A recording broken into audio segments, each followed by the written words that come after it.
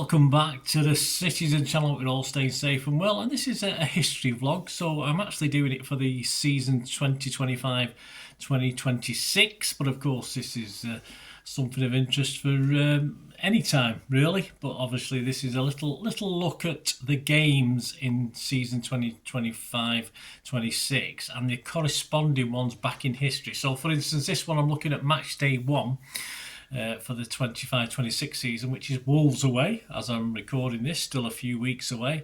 But we're going to look at if we played Wolves away on a match day 1 before. So sometimes it works, sometimes it doesn't. So when it works, we'll do it. And yeah, I don't shy away from the fact that we might actually lose the odd game in these features. I'm not going to just rattle off games that City have won, because all part of being a fan is taking the blows as well, isn't it? So specifically with this one we're looking at today, because it's quite an interesting one, and it's a bit of a battering for old City, but a lot of interesting stuff in it as well, and a lot of interesting stuff for Wolves fans as well. So City fans and Wolves fans, I'm sure you, as Wolves fans, if you're watching this, you'll know bits and pieces, but it's nice to have it put together and talk about it. So welcome to this match day 1 special.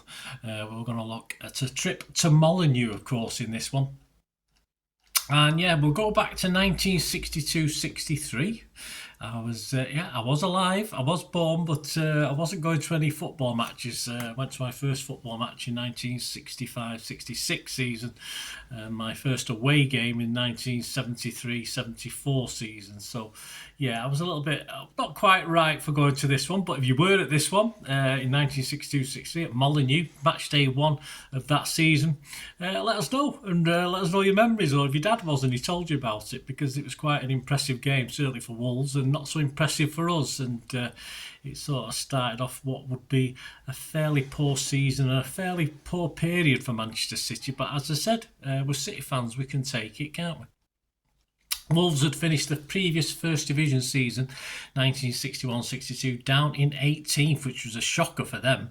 They finished 3rd the season previous to this. The one before that 2nd, and the one before that they'd won, because this was the golden era for Wolverhampton Wanderers. Suited the shirts, that's for sure. Stan Cullis had been in charge since June 1948. I think he played for him as well. My apologies, I should know that. I think he did, of course. He's a legend anyway. He's got a statue outside the ground that you Wolves fans will know, and City fans will know if you've been and seen the statue.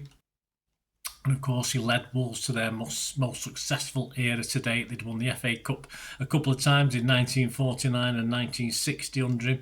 They'd won 3 league titles and finished runners-up 3 times as well. So it really was a golden era. And I think if you take away the managers of more modern times, the Fergusons of this world and the Peps, Stan Cullis was up there with the best managers in English football. City, we were managed by a guy called Les McDowell, not quite as successful. Of course, he was there for our FA Cup win in 1956, and he'd almost been in charge as long as Cullis. Yeah, he'd been there since 1950. But we'd had a fairly average season before this one, the season before, finishing 12th. It was sadly to get worse, and the season I think it was most notable for was a certain debut of a 15-year-old kid that City brought out to debut in the 61-62 season, a guy called Glyn Pardoe. I think we know him, don't we? And there was another, at the other age range, there was a centre-half called Dave Ewing, who actually played his last game at centre-half in the previous season as well, 61-62. So the young lad and the old the old guy is a bit harsh, that, isn't it? But anyway, you know what I mean. Right, the stats, prior to this match, on August the 18th, 1962, match day 1, City had a fairly poor record at Wolves. It's not fantastic now, a bit better over recent years, but in 30 league games, we'd just won 4 out of 30, and of course, as I say, Wolves had a sort of the last 10 or 15 years have been pretty much the premier club in England and Europe as well. They were sort of spearheading our march into Europe, although of course the actual European competition hasn't properly got underway for English clubs at that stage. So we'd won just 4 at Molineux with 8 draws and 18 losses. So not great, wasn't a happy hunting ground. and we'd even been battered before, back in 1933. So not so real. A generation before this game, we lost 8-0, which is still our joint biggest margin of defeat till this day. So Wolves were a bit of a bogey team. They also beat us 7-3 in 1952 and 7-2 in 1955. Yeah, so we used to go to Molineux as fans in the 70s and 80s with a bit of trepidation. I'll have to admit that. And as a football team, we certainly went with a lot of trepidation as well. We're going to have a look at the Wolverhampton's papers, Express and Star paper. They're still going. They've got online, etc. So we're going to look at their match report. They sort of revived it and had a quick look at this game from favourite games in time. No wonder, really. The lineups for this game, City lineup had an average age of 24, despite an old codger in net. Yeah, not me. No, it was a guy called Bert Troutman, who was 38 at the time. Bobby Kennedy, 25. Barry Betts was 29. John Benson, 19. Bill Levers, 30. David Shawcross was 21. Neil Young, just 18. Peter Dobin, 23. Glyn Pardoe turned 16 then. He was an old lad. Joe Hayes, 26. Dave Wagstaff, who, of course, went over to Wolves to play for them. He was 19. The team sheet, should be a copy up there on screen, had Barlow at number 9, but of course Pardoe replaced him. Of course, Glyn Pardoe became better known as a left back, although he did score a few goals at left back as well. But of course he did play up front as a younger man. The Wolves team, Fred Davis, George Showell, Bobby Thompson, Fred Goodwin, David Woodfield, Ron Flowers, Terry Wharton, Chris Crowe, Ted Farmer, Jimmy Murray and Alan Hinton. He replaced McParland, who was at number 11 on the team sheet. We'll talk a little bit more in depth about a couple of those, 4 or 5 of those Wolves players in the match report. So we'll go over to that match report, which was revisited back in 2015, so about 10 years ago as I'm recording this, by the Express and Star newspaper. And of course it was an opening day annihilation. I've already sort of spilt the beans a little bit, haven't I? 8-1, so not our worst defeat by Wolves, but not great. And of course an 8-1 is a very familiar scoreline even in more recent history. 2008, yeah, I think we know which one we're talking about, don't we? But it ended, of course, Wolves 8, City 1, in front of a crowd of 26,896. The paper reports that it was another Cullis gambit that had paid off, and an inclination in some quarters to play down the result that may have been an understandable reaction of cynics and sceptics did less than justice to the youngsters who helped bring it about. Yeah, so City had youngsters in our ranks, but so did Wolverhampton Wanderers. There's a couple of action pictures there. One of them shows Jimmy Murray scoring Wolves' second goal. That's the old Waterloo Road stand, if you remember that, if you're old enough to have gone there when that was still standing as the backdrop. The article went on to say any team who scores such a victory over opponents of a similar status deserve all the credit they've been given them. Don't forget, City had finished above Wolves the season before. The young Wolves, I think, deserve a little more on this occasion. Consider the position the City called on teenagers who helped them finish last season with a major flourish. Wolves threw into this vital opening day youngsters who carried a much greater burden because of the dismal immediate past. Yeah, you'd had one bad season, lads, calm down. Anyway, the City did not provide absolutely top-class opposition, how rude, but by the way they took the chances so fortuitously offered, the new-look Wolves team should have gained confidence that will stand them in good stead. Yeah, it did okay. We'll talk about how they did after when we finish this little report. The real secret of success was the restoration of something approaching the club's old attacking style. With only the rarest exceptions, the forwards rarely ran into trouble. They used the ball quickly and, looking for it, often cut the City defence to ribbons. And to this, and Bert Troutman as well, add to this the most valuable directive contribution from the more experienced men like skipper Ron Flowers, he was terrific, George Showell, Jimmy Murray and Chris Crowe, and we saw a team with possibilities. It's only the first game, lads. One of my happiest personal recollections will be the sight of Ted Farmer. This is not me, this is the reporter. So determinedly leading the line and getting 4 goals into the bargain. Yeah, a little bit more on him in a minute. Then there were the 2 really raw newcomers. Fred Goodwin was 18. David Woodfield was 18. Both working splendidly. The former in particular frequently showed an appreciation of his task that would have done credit to a more experienced man. how Flowers nursed these two along.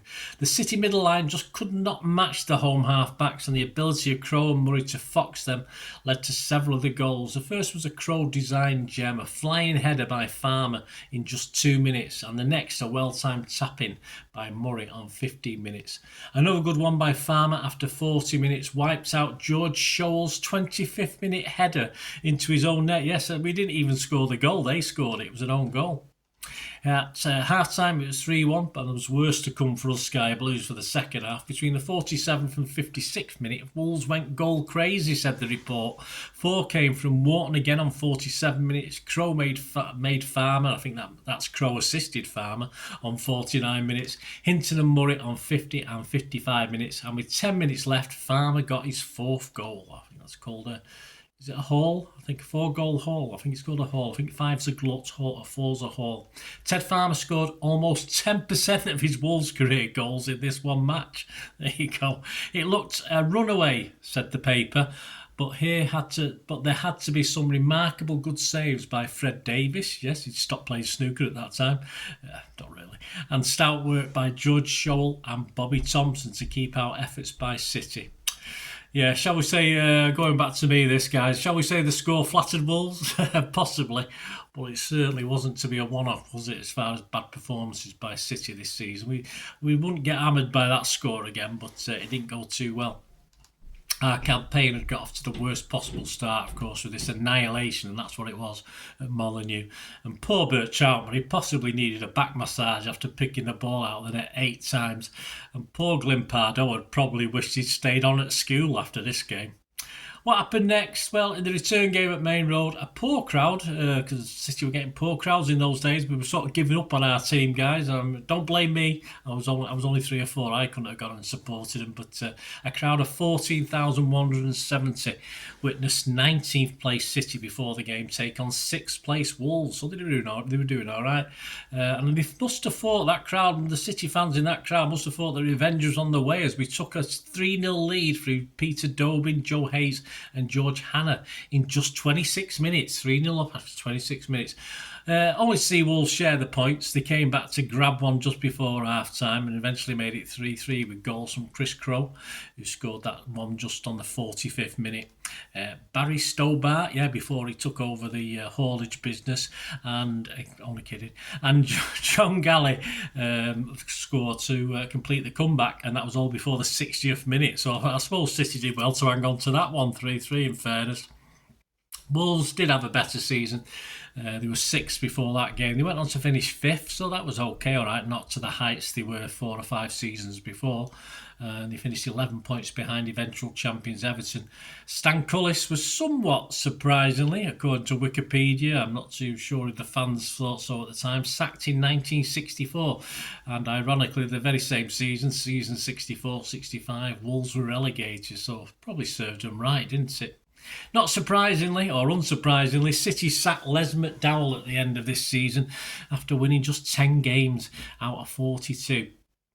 We finished next to bottom, we're relegated, which brought about perhaps City's lowest point, when even as I said, the loyal fans were deserting us, as we suffered our lowest crowds in Main Road history that season and the season after, until the arrival, of course, a certain bloke and, two blokes, of course, a certain arrival, Joe Mercer and a certain Malcolm Allison, started to revive us very quickly in 1965. There you go, guys. Hope you enjoyed that. Anyway, hope you sort of enjoyed it. As I say, it's history. We take the rough with the smooth. I used to have a little thing called Horrible Histories back in time, but some people didn't quite like the title. I thought it was fine. It's Manchester City's Horrible Histories, and this could probably be classed as that. If I've got the thing there, I'll put it up on the screen. The icon for it that I used to use. So Manchester City's Horrible Histories. Hope you enjoyed it. But I don't call it that because it upsets people. Don't know why. Anyway, next time, yes, of course, we've got a match day 2. We've got the arrival of Tottenham Hotspur to the Etihad. Now, fortunately, we do have a match day 2 against Tottenham Hotspur. At least one. There might even be more, but I'll see which one's the best one. If there is just one, I'll do that one. If not, so we can do a match day 2 as well, and look back in time at a game at home, probably Main Road, could be Hyde Road, who knows, could even be the Etihad against Spurs back in time. So join me for that, guys. Hope you enjoyed this anyway, and Hope you appreciate it. Well, hope you had fun with it, as I did. Just a little thing away from football before we go. Harold Macmillan was a Prime Minister in 1962. That makes me feel very old. The Beatles had a new lineup in 1962. Yes, Ringo had joined, and they played the very first gig at Hume Hall, Port Sunlight.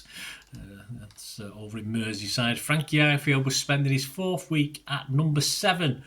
His fourth week of 7 at number 1 in the singles charts with I Remember You. And The Longest Day was the big cinema hit in the UK, followed closely by the one my dad took me to watch at the Gaumont in Manchester, Lawrence of Arabia. He probably took me to watch The Longest Day as well, but I don't remember that as much as Lawrence of Arabia. There you go, guys. Thanks for watching. Please stay tuned. If you like what I'm trying to do on this channel and want to help support me going forward, or follow me on my socials, all things City, of course, and film and TV as well, I do. Don't forget. If you want to help support the channel, just stay watching and listening. Thanks for that, guys. Hope you enjoyed the feature anyway, and please, if you can, give us a thumbs up, give us a like, that'd be wonderful. And if you're not already a subscriber, it'd be great if you could subscribe. It's absolutely free. Also, check out all my social media links. They'll be in the description and comments below if you want to follow me on TikTok, Instagram, X, Facebook. We can chat on there and do all things City, of course. Also, if you're into film and TV, don't forget, a lot of this channel is film and TV stuff. I love me film and TV like I do City. So if you're into that, have a look. Or if you know someone who might not be that bothered about the football but likes film and TV, give them a kick in my direction. I'll be very grateful. And special thanks as ever to supporters of the channel. Piat6505, they've got a little eBay shop selling film and TV memorabilia mainly, including books, magazines, posters, lots of posters, and they do have some City stuff as well that they've purloined off me over time, so there'll be a few bits and pieces, probably more going on as well. So have a look at Piat6505 on eBay. And yes, if you do go onto eBay, and if you remember, we do have memberships, 99p a month. You get early access to all my vlogs, so as soon as I do them, you get them. Sometimes it could be months before they're published generally, so a lot of the history stuff, so you have access. The membership gives you access to that. It gives you 10% extra off at Piat6505 if you want to buy any of that memorabilia, so that you can actually gain that from being a member and support the channel. That's a great way of supporting the channel, of course, like watching the ads on the original thing that you've seen now, my original feature. That'd be fantastic. So yeah, also before we go, podcasts. If you like your podcasts, I do a podcast with Mike Long in South Korea. It's called Bolt from the Blue, in our 8th season. We've had some good fun on there. We're trying to have a bit of humour, generally look at City's games as and when we play them, have a look back. So please check out that. It's on Soundcloud, Spotify, all good places you get your podcasts from. There you go, guys. Thanks for watching. Hope you enjoyed everything about this feature, and you didn't mind me asking you about this at the end. And please, all I ever ask for you is to stay safe, everyone, especially you Blues.